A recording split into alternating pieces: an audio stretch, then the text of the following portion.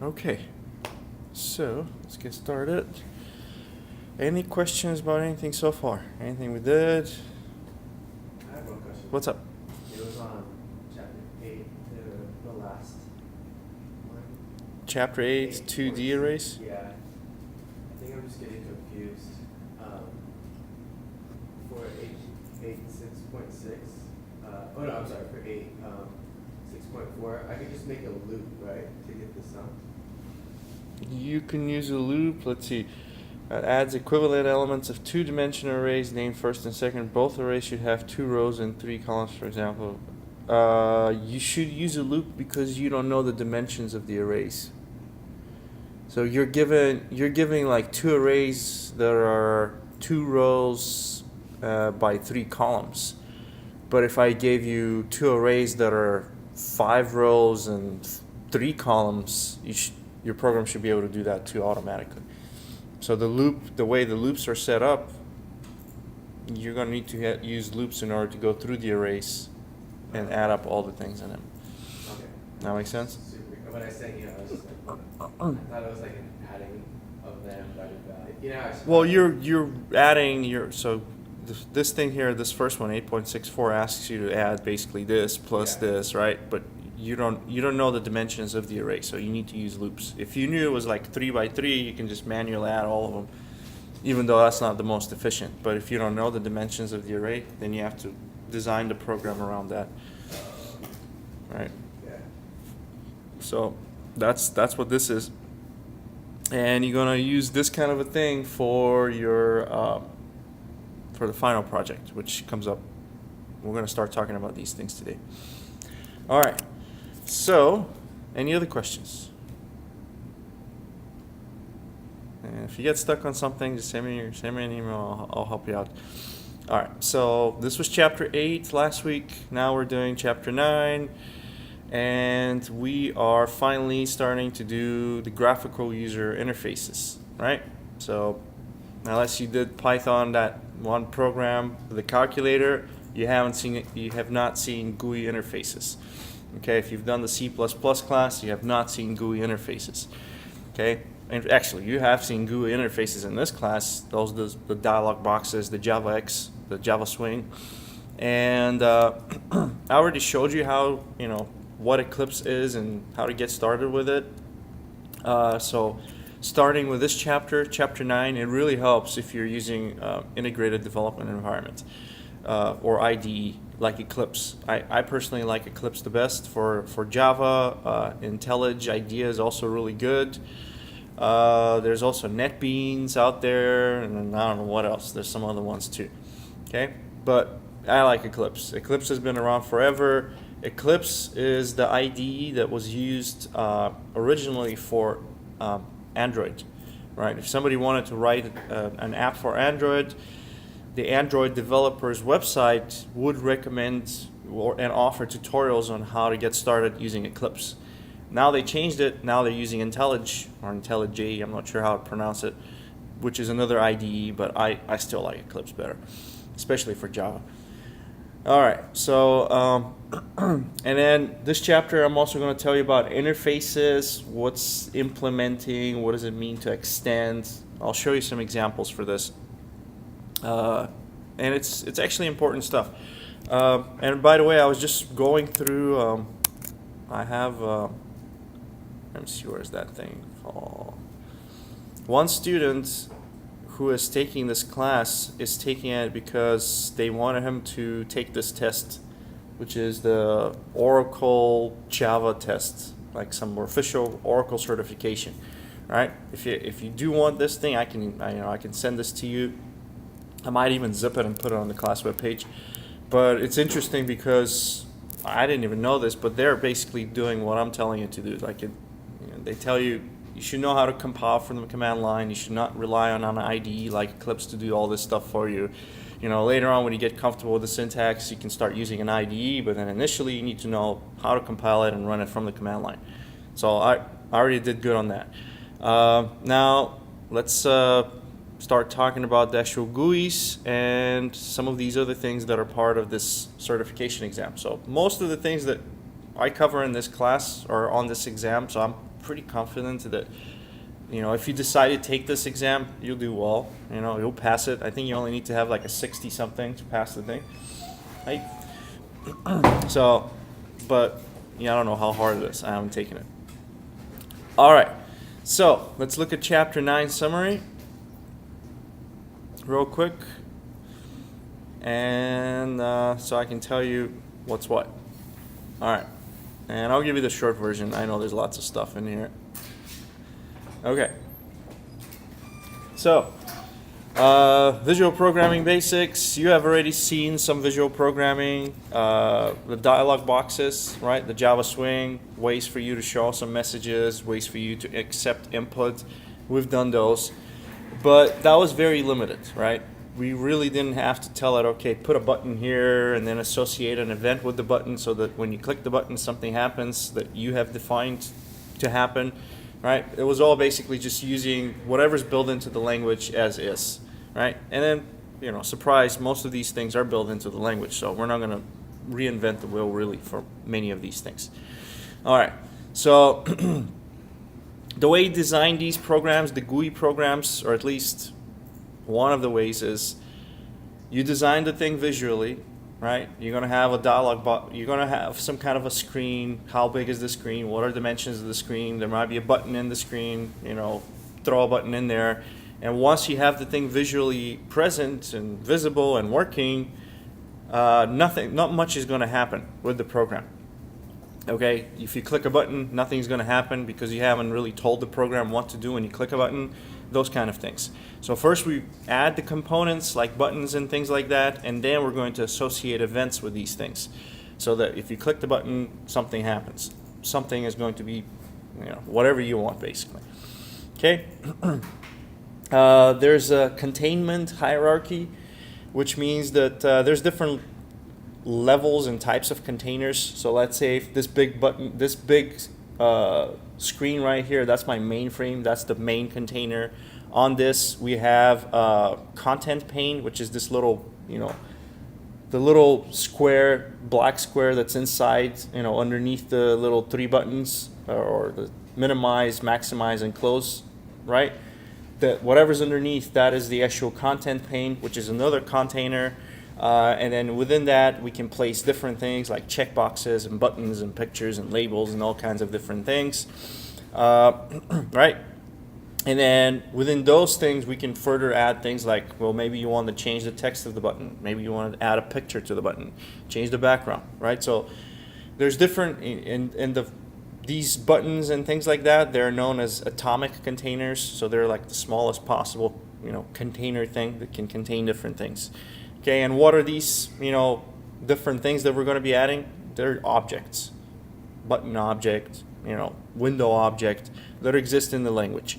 Okay, so that's what the book talks about. Top level container, that's your frame, dialog box. Intermediate containers, there's also atomic containers. These are your buttons, labels, text fields. And you can look at page 483 and table 9.2 for more of these. Okay, so every GUI component has a placement level. So basically, the top level container is going to contain intermediate containers, which are going to contain atomic containers, and the atomic containers might have some properties. Okay. All right.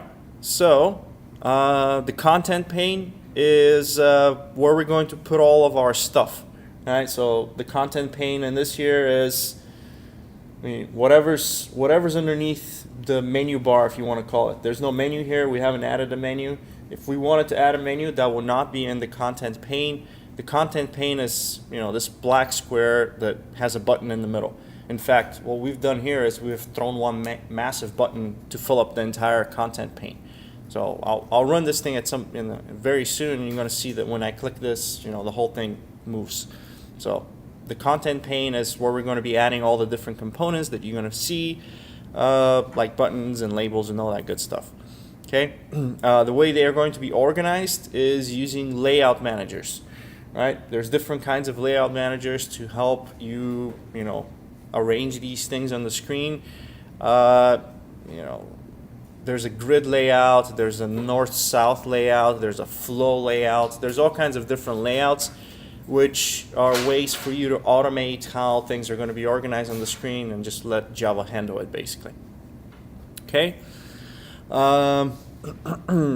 So yeah, we're not going to do menu bars, or at least I'm not going to show you how to do a menu bar. If you want to, add menus, go ahead, be my guest. I'll help with that, but you don't have to. Okay. Yeah, so one of these layout managers, is the flow layout, and that allows you to arrange components left to right, top to bottom. And if you resize the screen, the flow layout manager, or whatever manager you're using, is automatically going to move things around on the screen. Okay. All right. So what we're going to do is, again, the approach for this is we create the GUI thing, we add all the buttons and all the different things we're going to be clicking on, and then that's the first step. And then the second step is we associate events with these different things. So let's have a look at the first one. And I'm going to be using Eclipse and first window Java. All right, first window is this one. Okay, so let's have a look at this. And let me zoom in a little bit. Okay, so what do I have? I have a class first window. Right, the name of the class is arbitrary. I'm going to be importing Java Swing. Swing is where all my GUI things, all my GUI objects are stored. So if I want to make a window, I need to import the Swing. And this thing extends JFrame. So I'll explain in more detail what's the difference between extends and implements. You're going to see this quite a bit. Extends means it inherits all the properties of this class right here. So there's a fully functioning class somewhere called JFrame. And in that JFrame, there's ways for you to create a window, make it visible, hide it, and all kinds of different things. Right? So we're extending the properties of this class, which means my first window is going to have access to that class, the JFrame class, so that I can make a new window if I wanted to, like this. Okay, so first what I do is I create a JFrame, a variable called mainFrame, which is of the JFrame type. The mainFrame is going to be my window. Okay. To make a window, I say new JFrame, and then to give a label to this window, I just say first GUI window, and there you go. Now we have a label for that window. Okay, if I wanted to set the size of the window, I do set size. I give it a width and a height, and then if I wanted to show the thing, I say set visible true, and then when I create a new object of this type, so right here, what I do is I'm just saying new first window. I'm not even creating an object. I'm just calling the constructor. As soon as I call the constructor, right, we're going to execute this code. We're going to make a window, right? So let's look at it. And here's your first window, right? So it's a window. If I close it, the actual program doesn't end, right? Because I haven't added any events telling the window what to do, right? In fact, if you see this right here on the Eclipse on the bottom, right, this is still on. So if I have to click it to end the program. In fact, let's do this. I'm going to go and go to terminal.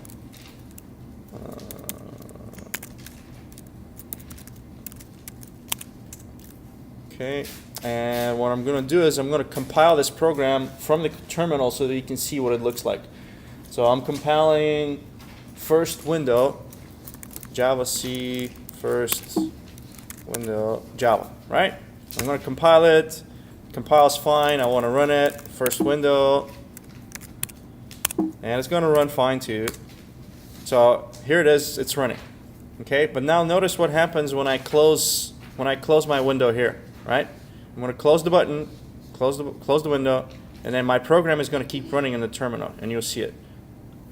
See, it hasn't ended. If this was a regular, any of your other programs and ran and said, okay, then when it's done, basically it goes to a new line like this, right? But this program isn't finished.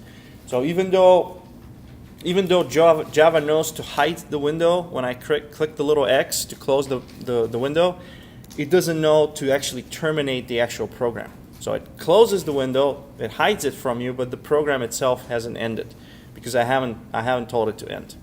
Okay, so if I close this thing here, program doesn't end, and then the way you know that in Eclipse is this thing is still red, right? So I have to hit it, and then the program ends. Okay.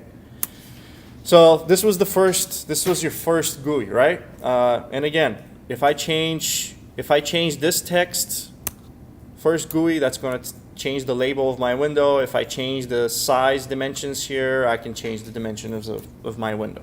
Okay? So that's that. Now, they have another way in the book. Where is this thing?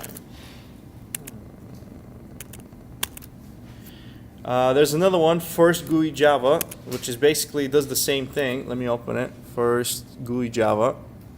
Okay, so what's the difference between the first window and the first GUI? Well, the first window, all this stuff was inside of my constructor. In the first GUI, we're going to grab that stuff and we're going to put it inside of the main. Okay, so same thing. Instead of declaring my variable inside of the class, I'm declaring the variable inside of the main. I'm creating a new mainframe, right? This is the label of my window, setting the size, making it visible, and it works just the same, right? No difference whatsoever. It still makes a window. The program still does not end, right? I have to go in there and manually click it to end it. Okay? So this was the first part. We're just going to make the thing show up. Does it work? Okay, it works, but not quite. So now we're going to add some more functionality to it. And we're going to do the window closing events, right? So let's look at now second window Java, and all these are part of your, it's in the book, right? What I would recommend is in preparation for your project that's coming up, go through every program in the chapter and type them, all of them, okay? Get them going, make sure it works. You'll learn a lot by doing that. That's why I haven't posted these. Okay, so now we're going to look at second window. And second window. All right, what does second window do? Well, we have the same thing as before, right? We're going to make the window. We have the JFrame variable, makes a new window, shows it, right? But now what we're going to do is we're going to add a handler, right? So what is this handler? Well, WinHandler is the name of my class that I wrote right here, right? And this class implements window listener. Okay, so remember this one here was extends, this one here is implements. Okay, and if you notice, when I implement something, as you can see here, I'm writing up a whole bunch of methods in there, right? What are all these different methods? Well, all these different methods are part of this window listener interface. Okay, you don't know what interface is, and I'll show you today. Okay, but whenever, it's basically what I'm telling it is there's a thing, the interface is basically a class. It's not a class, but it's an interface, right? But think of it as a class that only has the method definitions in it. Okay, so that means that I have written, not the definitions, but basically like in C++ you have the function prototypes. So I have just the prototypes of my methods in there. Basically I'm just saying there's going to be this method, and it's going to take a window event, whatever that is, and then I'm supposed to write what the actual thing does, right? What is it going to do? And by the way, these different methods, Java knows when they get triggered automatically, right? So whenever I hit the little X button to close the window, that triggers the window closing event, and what happens is I'm actually sending some information about what window was closed and all kinds of different things. I'm not going to do anything with that information. All I'm going to do is I'm going to tell, okay, if you detect that the window was closed, exit the program. Okay, so that's the purpose of this. But since I'm implementing an interface, I have to import all these different methods in there. Even though they're completely empty, I'm not writing anything in them. If I don't have all of these, which were actually part of the original class/interface, this thing is not going to work. So if I just commented out one of them, now this thing is not happy, right? So, and it tells you add unimplemented methods. That's the Eclipse suggestion. So I'm going to uncomment this out, and now it's good. Okay, so first of all, let's run this thing real quick so you can see how it works. So if I run it one more time, what happens? I have my mainframe, which is my main window, right? What I'm doing is I'm adding a listener, right? Which tells it, okay, we're going to do something if something happens to that window. That's the listener, basically. It detects some kind of events happening to the mainframe, which is my big window. Okay? As soon as I detect something happening to that window, what I'm going to do is I'm going to transfer responsibility to my handler class. And what does the handler class do? Well, it has ways to detect if something has happened, like, was the window closed? If so, exit the program. Okay? So I'm adding a listener, which is the handler class, in which implements a window listener, which is where this window closing method is, which is how Java knows a window was closed, and I can tell it to do something when the window is closed. Okay? So when I run it, and I close this program, now the little red button is gone because the program has terminated. Okay? In fact, let me show you how that looks from the terminal. So if I do Java C, second window, Java, and then run that thing, all right, and if I close it here, see, that's how the program, that's how you know the program terminated. Okay? All right. Now, let me explain to you a little bit about what this implements business is and what I mean by interface. And, you know, that's kind of a big deal because they talk about interfaces a whole lot in the Java world. So, there's a link right here, interface, implements versus extents. Okay, so I'm going to open up that. All right, so what's an interface? I told you it's like a class that only has the function names, right? So, and if you remember your C++, if you took that thing, it's basically, this is a function prototype, right? That's what this is. You're just telling the program, okay, there's going to be this function, it's not going to return anything, this is going to be the name for it, and it's going to take this parameter. That's it. There's nothing else to it. Okay? And if I wanted to define what these methods are going to do, these predefined methods that are, you know, fixed names, fixed parameters, fixed return types, I say some class name implements that thing. Okay? And that's what I've been doing in here. Right? So you have some class implements some kind of an interface. And what is the interface? The interface is just, you know, well, it's an interface. It's like a class that only has, this is basically your class name, and these are just a bunch of methods in it. No definitions. You don't actually write what happens when this method is called. You're just telling there's going to be this method. And whoever's using it, whoever's implementing it, they're going to have to define it. Just like I defined what happens when, you know, the window closing event is, yeah.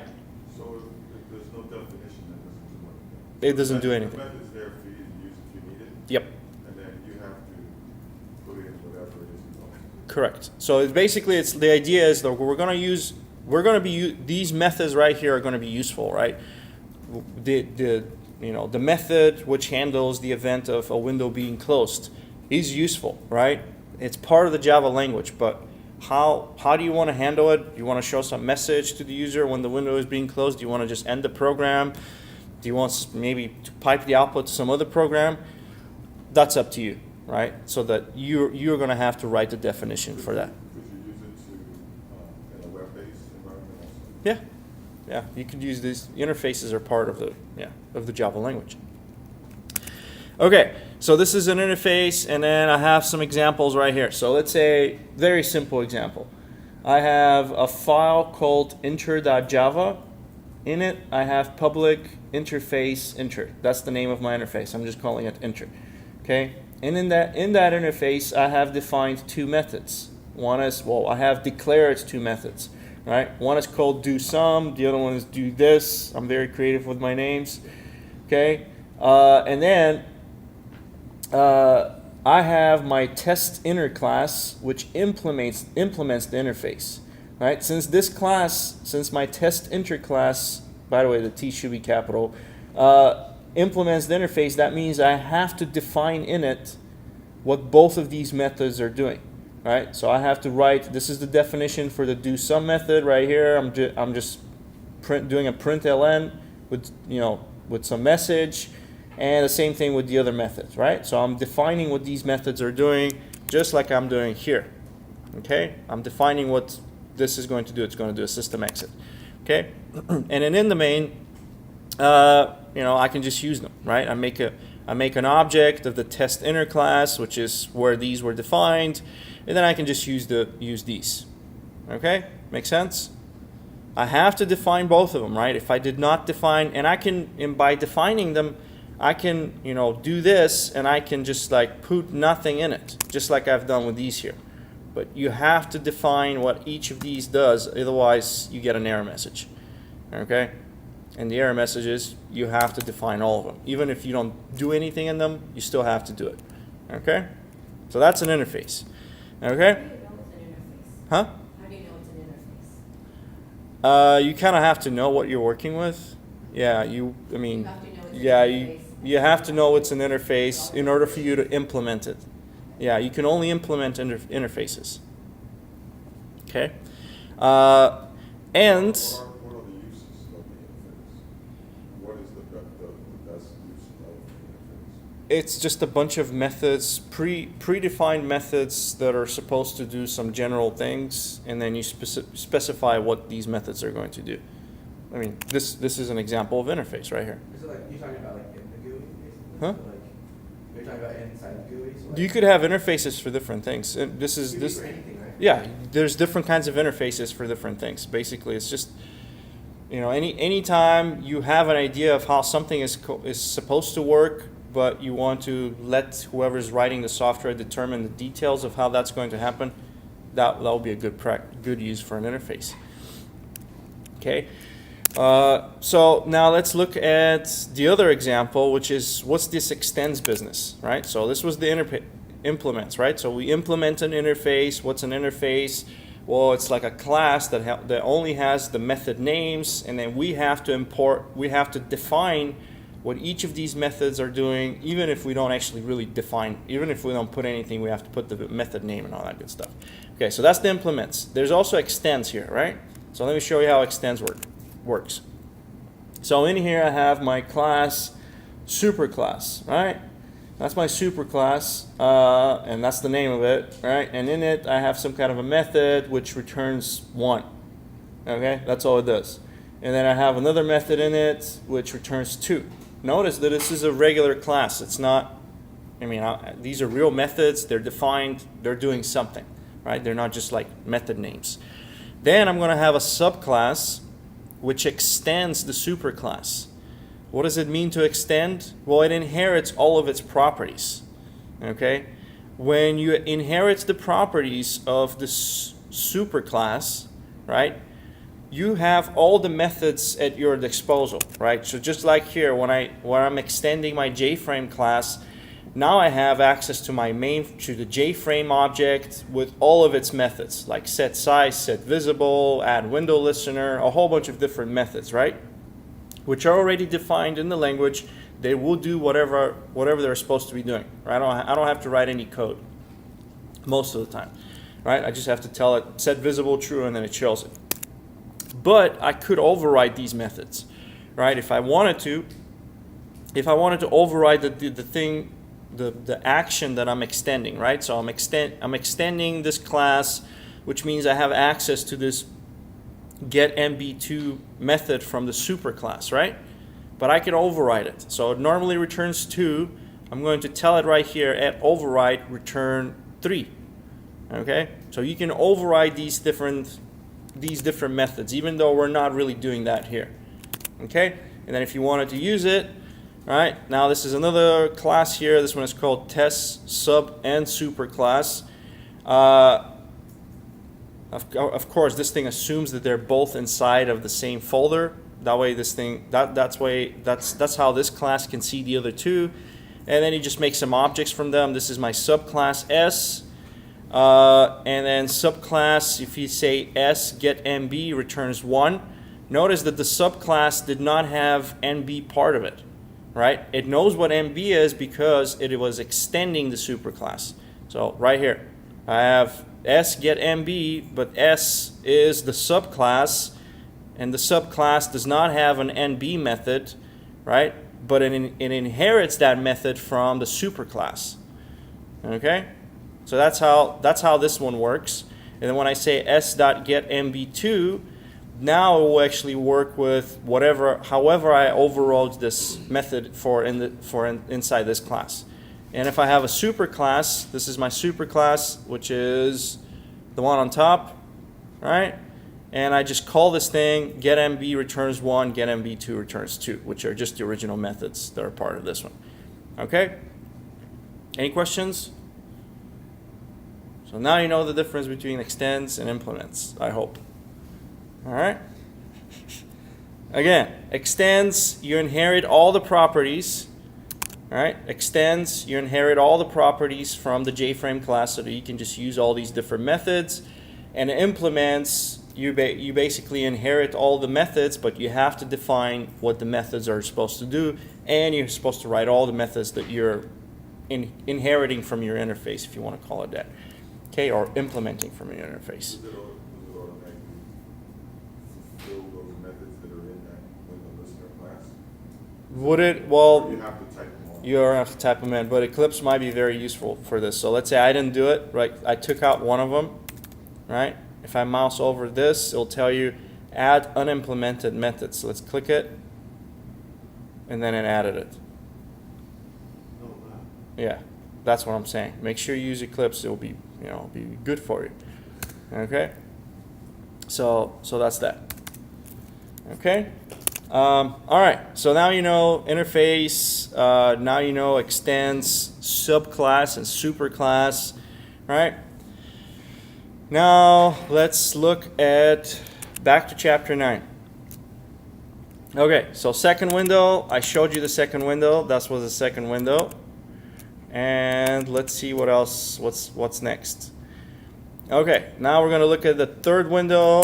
Let me see what's on the third window. Third window. Okay. So what is third window? Well, third window, we actually went and replaced the window handler.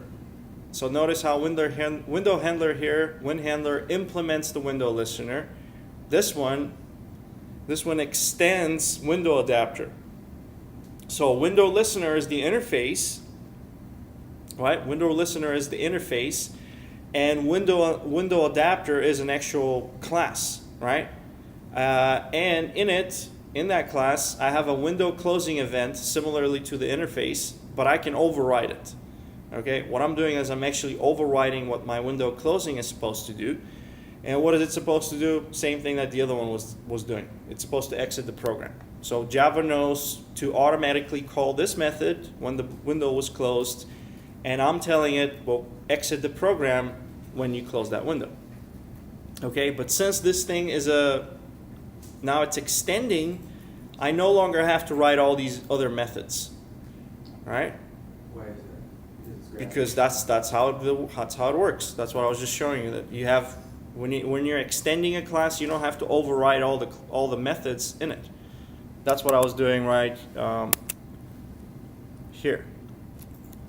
Right? So when I have a class, this is my class, right? See this class right here. My subclass extends the superclass. The superclass has all these different methods. Oh, I see. But if I wanted to, I can override one of these methods. I don't have to write all the methods, but if I wanted to, I can override it. And that's what's happening here in this one right here. I'm overriding that. Okay? Any questions?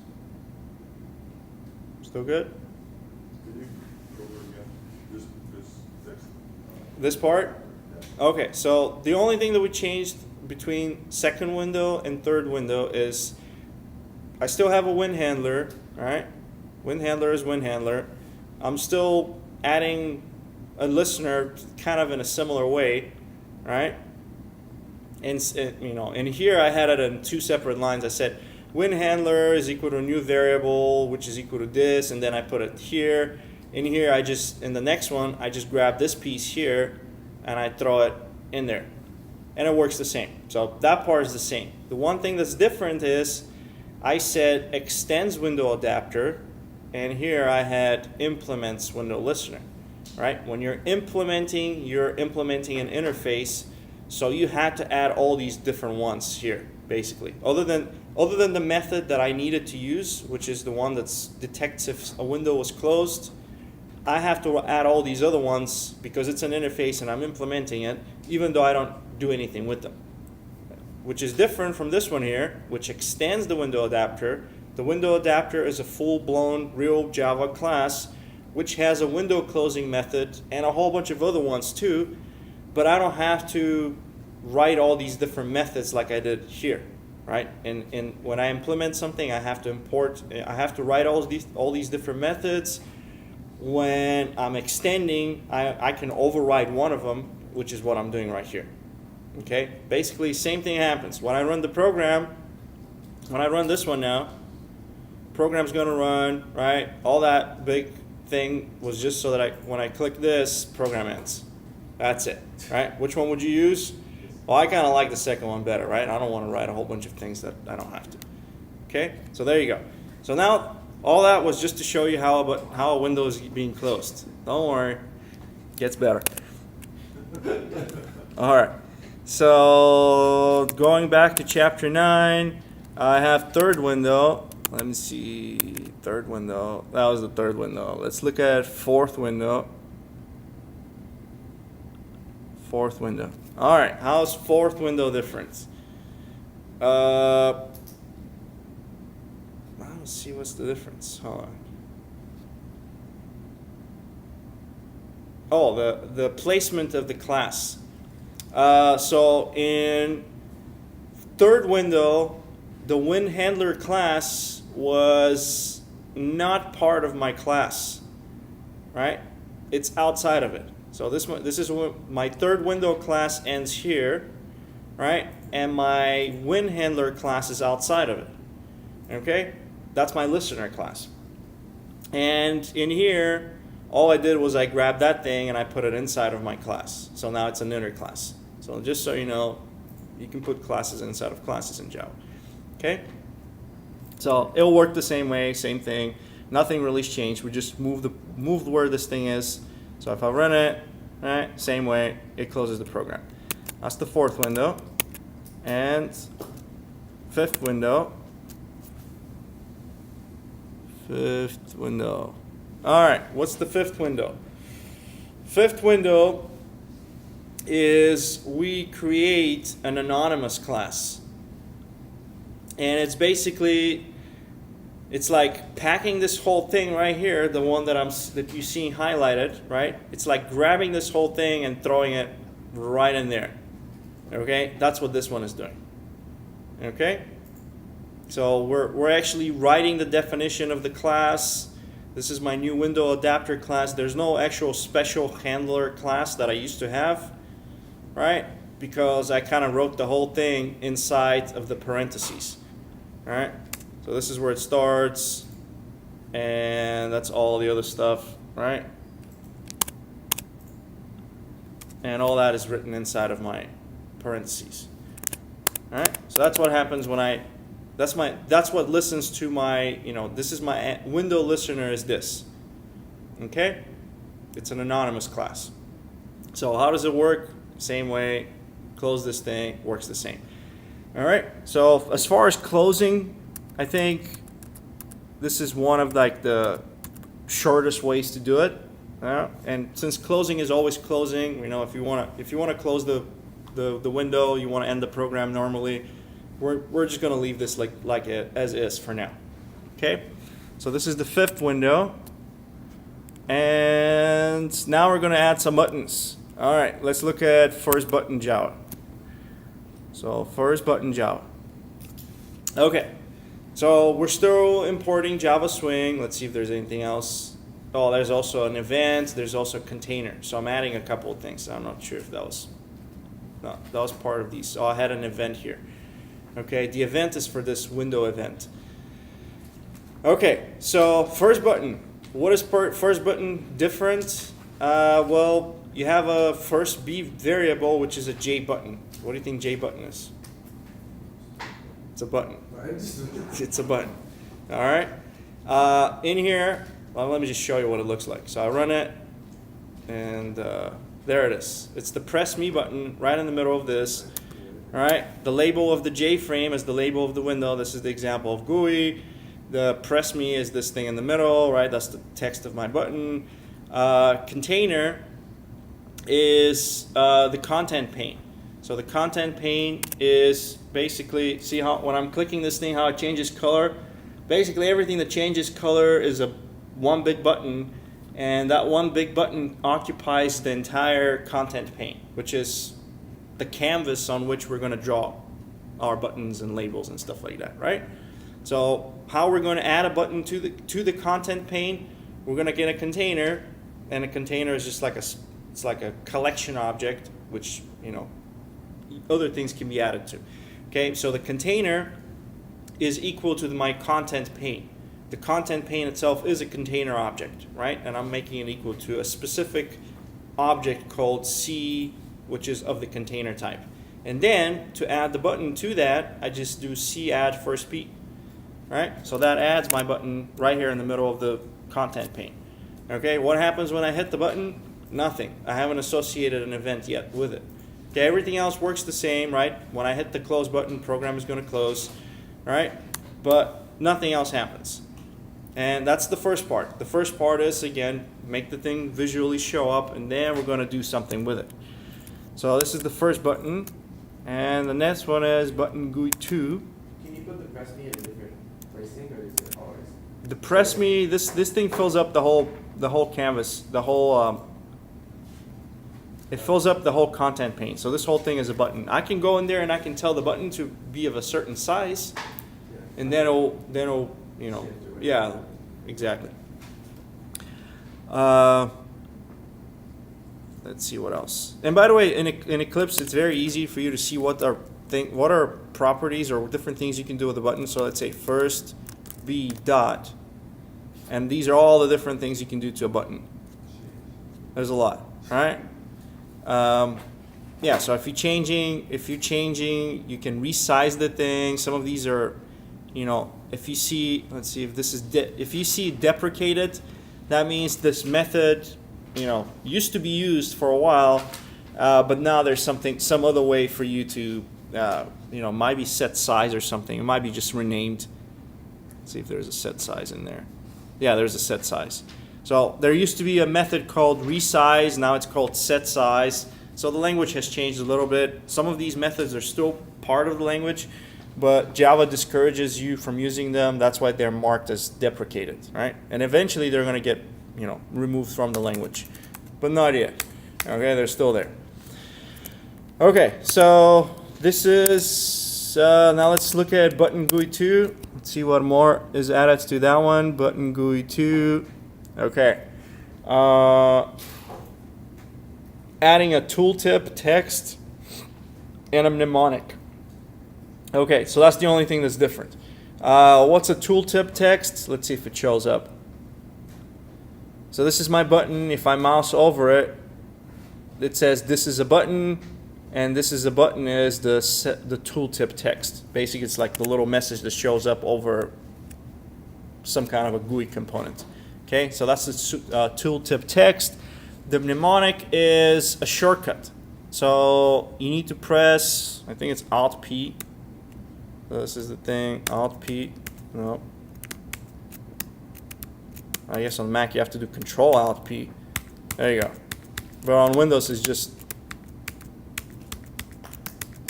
yeah, there you go. So basically it's a shortcut, okay? So that's the mnemonic. I get fascinated. All right. So yeah. So if you're on a Mac, you do Control Alt P to click the thing. If you're on a Windows, you just do Alt P, and that's the shortcut. Okay. So that's that. Nothing else is different, right? If I run the program, you know, and I close it, works the same. Okay. So that's my button GUI 2 and button GUI 3 now. Button GUI 3. Okay. What does button GUI 3 do?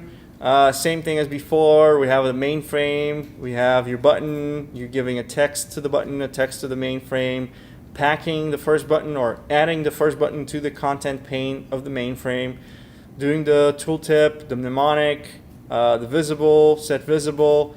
But now what I'm doing is I'm adding an action listener. So just like I could add a listener to my mainframe, which is the big screen, the big window, I can actually add a listener to the different components of that, right? So the first button, we're adding a listener to it. What's going to happen when something happens to the button? Well, it's going to be handled by this B handler class. The B handler is just some class that I made up. It's called but event handler. Maybe I got to come up with a better name. All right. And what it does is, I really got to come up with a better name. And then all it does is you have an action performed. Action performed is just anything that happened to that button. What are possible actions to that button? Well, you can click the button. I don't know what else you can possibly do with the button, right? But maybe you can highlight it with tab or something. But right. Anyway, so action performed happens when you click on the button, and what's going to happen is we're going to show a little dialog box message with some information. Okay.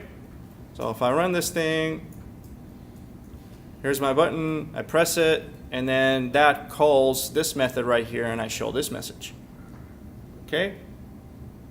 Did that blow your mind? Crazy. I don't know. Okay, so all that talk was just to show you this. All right, I'm done. We can go home now. The button was pressed. Yeah, that's it. The button was pressed. Let's go home. That action listener only has one function because it needs to do implement. Yes. Implementing that interface. We must. We only have one Yep. function in there. Mm-hmm. Yes. Yep. Otherwise you'd have to also make Yep. separate If you had more than one methods, then yeah, we would have had to implement all of them. Okay. So that's the button GUI 3, and that's pretty much all I want to tell you. Seriously, about buttons and all that stuff. So this is the first part of the GUI. All right. Next week, chapter 10, we're going to talk about more GUIs. I'm going to show you how to throw a bunch of buttons on the content pane. We're going to do like a checkbox and a text box, and we're going to be able to change the text based on what checkbox was clicked. And the main thing that is going to show you is how you can have one class handle multiple objects, because that's what you're going to need when you're doing the final project. You're going to have 9 objects, 9 buttons, and you don't want to have 9 separate classes for those. You want to have one class that handles all 9 buttons. Okay, so that's going to become clear next week. And this week, do I want to tell you anything else? No. So chapter 9, summary, I already went through that. The interface business, I already went through that. The Eclipse IDE, go online, Google Eclipse, download the thing for Java, the standard edition, not the EE, right? And then just unzip it and use it. Okay, if you have Java installed on your computer, Eclipse should pick it up and automatically work. If you want to try a different IDE, knock yourself out. Yeah, what I'm thinking I'm going to do is I'm going to go in there, I'm going to put all these different sample programs that I showed you, pictures of them, inside some kind of a Word file or something. So if you don't have the book, you get to do that. Okay, any questions? All right, one more thing.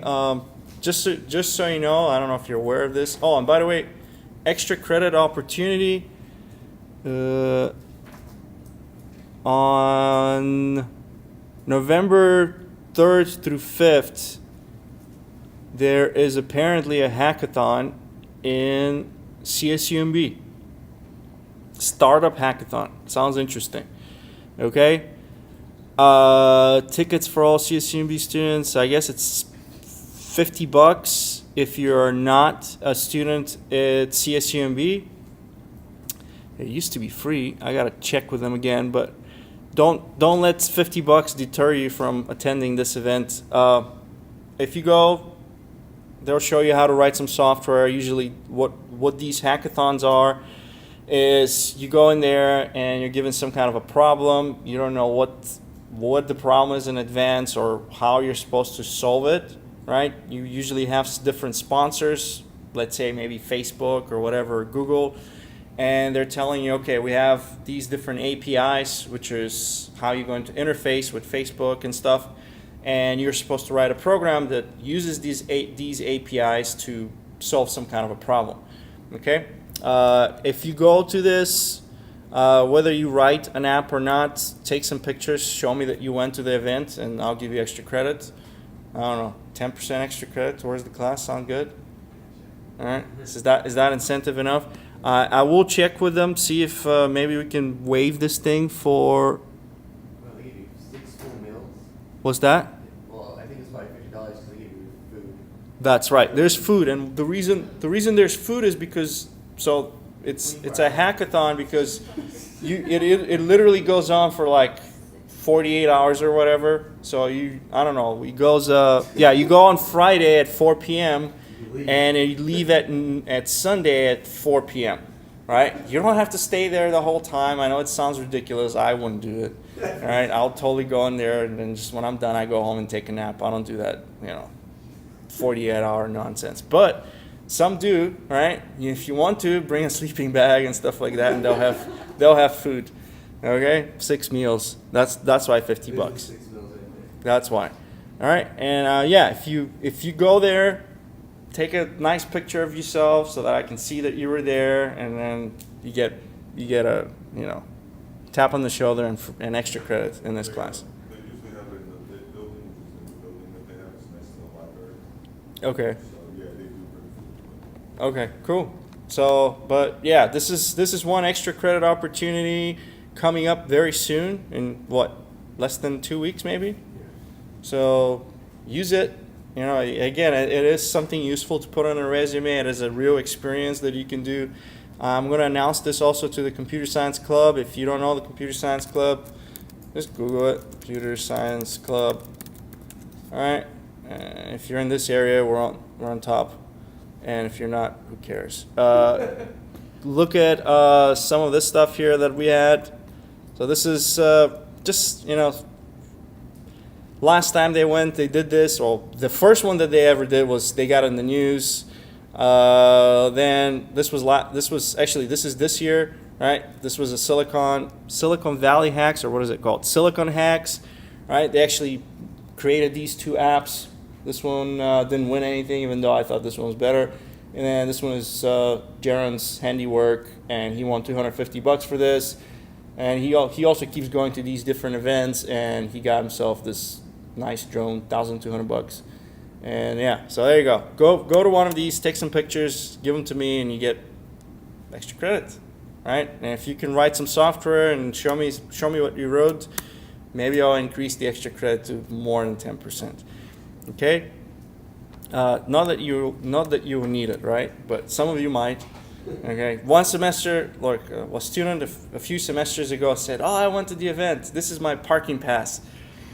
Like, all right, dude, just a little more than a parking pass, okay? You went in there, you parked in the parking lot, and then you left. Take a picture of when you were in, okay? At least go in, take a picture, act like you're in there, and then it counts. For our information, do we know enough? Yeah, to participate yeah, in these events? yeah. See, let me show you who this one right here. Marissa joined the club. She took one class with me and then just joined the club. She's also kind of a genius. She's also kind of a genius, but all right, that's besides the point. But yeah, she went through that thing. She didn't even know Java, and they were supposed to write Java apps and stuff like that. It's a good learning experience. Okay, go in there.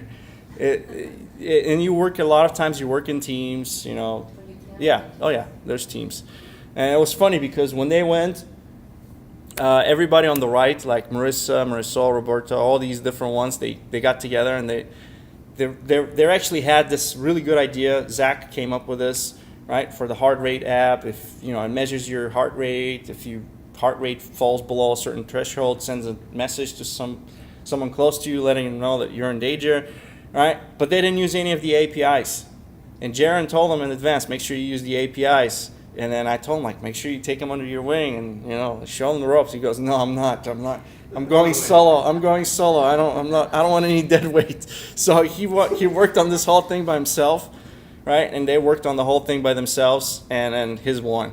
And theirs didn't. But I thought that theirs was actually better. I mean, I kind of like the heart rate app better. But his stuff was more high tech. So, okay. So anyway, I'm sure some of these people are going to be going there. I'll let them know also. But yeah, oh, that one thing. So that the other thing is, I got a link in here, Angel List. I don't know if you've heard of it, but it's a place for you to find a job at a startup, right? Software. I'm going to add this to the links that I have in here. So if you go to the Computer Science Club, look at right here on the right, CS Internships and Work. And I have a whole bunch of links in there that, if you want to find an internship in Google or Facebook or whatever, many different links for them. Also, I have links for finding preparing yourself for the coding interview, right? Lead Code. Any of you know about Lead Code? Well, now you will. Lead Code is a web page that collects all the questions that were asked at job interviews by different companies, right? So what questions did Google ask? What questions did Facebook ask? How about Microsoft? How about Amazon? All right? Not just the questions, but the actual solutions too. Okay? So that's there for your convenience. And there's also a couple of this one right here, Program Creek, top 10 algorithms for coding interviews. So again, common questions and answers. There's a book, Cracking the Code Interview, that is pretty highly rated, as you can see, right? A whole bunch of, 150 programming questions and solutions for those. Again, a lot of that stuff you should know, maybe. Okay, maybe not the data structures things yet, okay, unless you're doing that. So what I'll do is I'll just add the Angel List to those list of things. The Angel List, is that like once we get our degree kind of thing? Even before, man. But Jaron, the guy that I was just showing you a picture of, he's already got a job. He's getting paid $30 an hour for writing software. That's why he's so shady, or so hard. Not so shady, but that's why he's so hard to get him to do things for the club. Because he was going to do all kinds of things for the club, but now he got a job that pays him $30 an hour, and that messed up my plans. I'm kidding. I'm very happy for Jaron. I wrote him the letter of recommendation, so that's good. All right. Oh yeah, and if you need a letter of recommendation for any of these, let me know. I am very good at those. All right. Yeah. All right. Can I just set up your interviews? Do you have to write the syntax correctly, or can you just pseudocode? You can.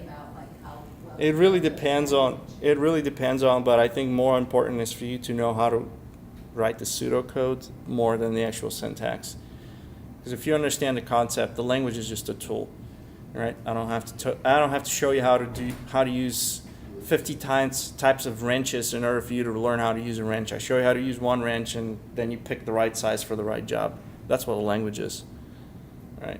So yeah, syntax is not as important as knowing this, how to use it, and the pseudocode and all that stuff. Okay. All right. So that's all I wanted to tell you. And if you have any questions, let me know. I have a question. And if you want to come see me, come see me. Let me stop this. Thursday, right? Club's meeting Thursday. I feel like I should know this, but